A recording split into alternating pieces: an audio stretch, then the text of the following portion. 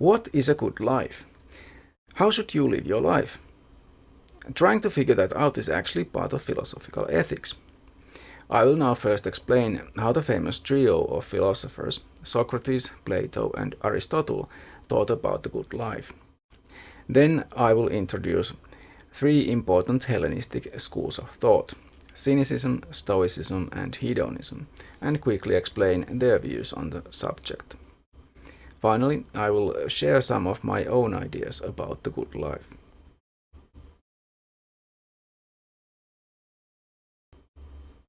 People want to be happy. Few would disagree about that. But what can you do to make yourself happy? Is that even possible? And is happiness alone even enough? Perhaps a good life is not just one of happiness, but also meaningful in some sense. Ancient Greek-speaking philosophers like Socrates and Plato thought that the emotion of being happy is not enough to count as true eudaimonia,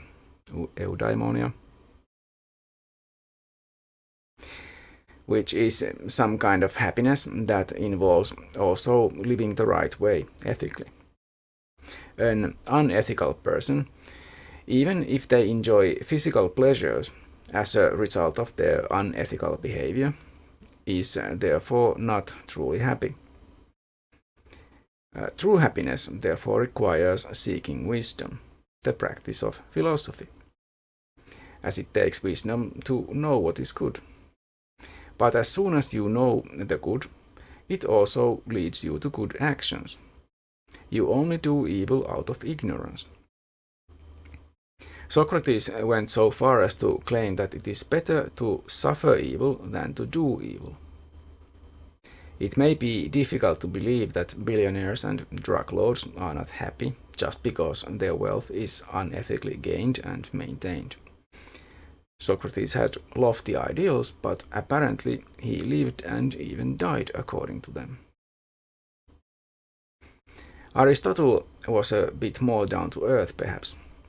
He was a moderate, believing that the good life is a complex thing, requiring many aspects, and not too much of anything. A happy person is a well-rounded person who fulfills the telos or goal of man by combining simple pleasures with reflective as well as political life. Aristotle also thought that a life can only be judged to be good after the fact, once the person has died. If he lived a full life, experienced all the important aspects of life in moderation, according to the golden mean, exaggerating nothing, then his life was good. This shows the essentialism in his thinking, because he thought that the good life is the same for all, because of our shared nature or form. You may disagree, seeing that given the opportunity, many people will lead very different but happy lives, none of which may seem like what you want for yourself. So while for Aristotle there was only one version of the good life, for modern people there may be several ways to live a good life. The Cynics got their name, which means dog-like, from the way their most famous representative lived. Diogenes of Sinope lived a bit like a dog in the opinion of the masses, in that he did not care about social norms and did not aspire to the kind of life most people thought desirable. If you think of what you may have learned to think of as signs of success in life, like a prestigious job with a fancy title and lots of income, possibly fame, at least on social media, a big house, a luxury car or two, a good-looking spouse, are these really the sorts of things that will make you happy? The job is likely to be very stressful, all the material possessions can be lost suddenly, and they cost a lot of money, possibly leading to death, and your spouse may only be with you because of your apparent success. And none of these things matter much if you find yourself gravely ill. So maybe Diogenes was onto something here after all, even if his example was perhaps a bit extreme. He fulfilled all of his physical needs in public, if he felt like doing so, and was content eating food that was thrown out. So basically garbage. According to a famous anecdote, he even lived at least at one point in a barrel or a large ceramic container. The mightiest ruler of the time, Alexander the Great, according to this story, visited him, offering to give the famous philosopher anything he wanted. Diogenes only asked that the great man step aside a bit, as he was blocking the sun. The important point about this philosophy of life is not to live in poverty, but rather to keep your mind independent of things external to it. This autarky, self-rule of the mind, is certainly important, but it is not easy to achieve. For example, things like pain, pleasure, sickness, and love are all external to the mind. The mind may be forced to experience them, but what matters is the attitude toward them. As long as you are able to regard such things as irrelevant and insignificant, they don't hold power over your happiness. Even if you get a high-paying but stressful job, you can see how unimportant it is. This may enable you to actually experience less stress, as you refuse to allow the job to define you, and accept that it is only temporary. Similarly, even if you suffer from an illness, your suffering may be eased by the realization that it too shall pass, one way or another. By detaching yourself from everything external, you can be free and happy, or at least retain your peace of mind. You probably noticed already that this cynicism has nothing to do with the current way the word is usually used. The cynical attitude of believing the worst of all people is something completely different and is unlikely to be what is meant in a philosophical context. The Stoics are, in some ways, very similar to the Cynics. Their goal was also very similar. What is important is peace of mind, rather than some fleeting positive emotion like what happiness might usually be understood to be. Stoicism was founded by Zeno of Citium, or Citium. He believed that the world is governed by a reason. He was a pantheist and a fatalist.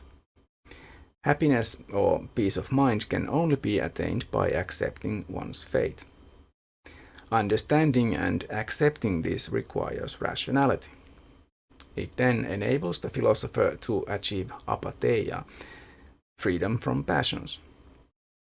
This leads to calmness or peace of mind, a state of ataraxia, where one is not shaken by misfortunes or other events of life. This is the state of mind people are referring to when they say that someone is stoic or behaves stoically. Hedonism is a term that is nowadays understood as referring to only the enjoyment of pleasures, but it was actually originally a Hellenistic philosophical school of thought. Aristippus of Cyrene was an early proponent of the view that is sometimes called primitive hedonism. It is the simplistic idea that life is good when one enjoys immediate pleasures, eating, drinking, fulfilling one's carnal desires. While in some ways correct, the view is not philosophically satisfactory. You can imagine yourself being pumped full of drugs that make you feel constant pleasure. It may not be realistic, but you can imagine that this state never goes away. You can stay in that same state of bliss for the rest of your life, just lying on a bed with drugs and necessary nutrients constantly being pumped into your body. While this might cause you to have constant sensations of pleasure, You probably wouldn't think that kind of life as a good life or even one worth living.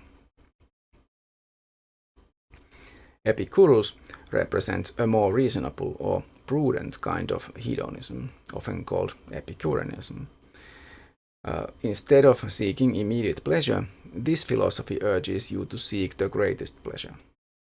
Mental pleasures are valued higher than physical pleasures, and a peace of mind lasting a lifetime is considered better than some fleeting peak experience you might experience every now and then. In fact, the Epicureans emphasized avoiding disappointments more than seeking great pleasures. A calculating, careful way of life can enable you to live a tranquil, good life.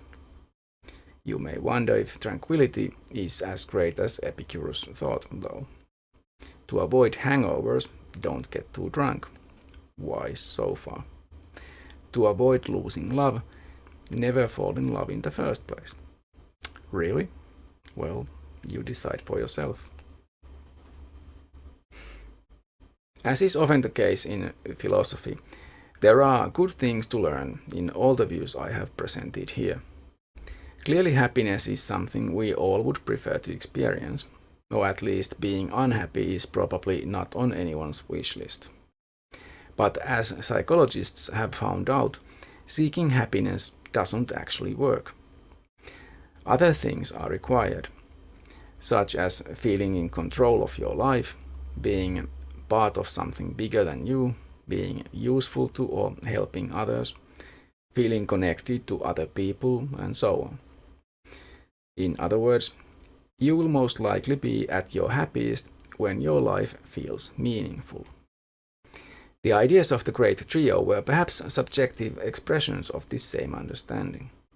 They saw practicing philosophy as an important part of the good life, but you could replace that with your own intellectual passion. But like Aristotle pointed out, it's good to build a more well-rounded personality, trying different things instead of focusing completely on only one thing.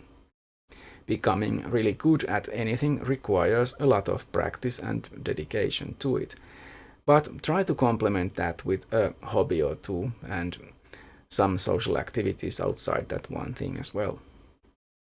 Pay attention to the world around you, and even if politics isn't your passion, be at least a little bit active in making the world slightly better by joining or at least funding good organizations like Amnesty or Avaz, and good political candidates or parties that actually show some benevolence and philosophical thinking in their plans. You know, the ones that actually care about the future and using science to try and solve the huge problems of our time. Don't worry too much about social norms and what other people think. Like the cynics, you can choose what is actually important to you and not worry about chasing goals that others have set before you. You don't have to be rich to be content. Try to reduce your consumption. You won't be able to change everything and you will be disappointed a lot. Don't let such things bring you down. Be a stoic warrior and let all that frustration pass as merely experiences that you acknowledge and then let go without clinging to them. Don't get attached to material things or social status or any such things, as they may be fleeting. Focus on living ethically, doing what you really think is important, even if that means making videos that almost no one will ever watch. Allow yourself to also experience pleasure in a measured way, so that it will not lead to harm. Too much good food is still too much for a good reason. You will learn to hedonistically appreciate things as you learn more about them. So a broad intellectual curiosity will also be rewarded by pleasures of their own kind. This applies to academic learning, arts, games, athletics, and probably other fields as well. Such pleasures are more lasting than immediate pleasures, and less likely to cause much harm if you overindulge yourself. Over 10 years ago, I devised my own motto to clarify my own values and how I see my place and purpose in this world. I wrote it as a guideline for myself. You may do so for yourself as well. I offer my own here as just an example. It is my duty to seek the truth and avoid falsehood as honestly as possible, striving to promote fairness and justice in our world, and to do good to the best of my abilities, or at least to do no evil. These duties I have imposed on myself, for only thus do I justify my own existence and make my life worth living. I do realize that this is the kind of thing that one can only think about when one's basic needs are met. In Maslow's hierarchy of needs, these things are at the top of the pyramid, above physiological needs, safety, belonging, and even self-esteem for the most part. These are about self-actualization. Once the lower level, basic and psychological needs are met, and a certain maturity is reached, self-actualization does become important. This was all I wanted to say about the philosophy of life for now. The next video will be about social philosophy. To be reminded of new videos, so you'll know when I've uploaded it, you need to turn on notifications by clicking the bell. Bye for now. If you wish to support my channel, please click thumbs up, subscribe, and share my videos. Any comments on the videos would also be welcome.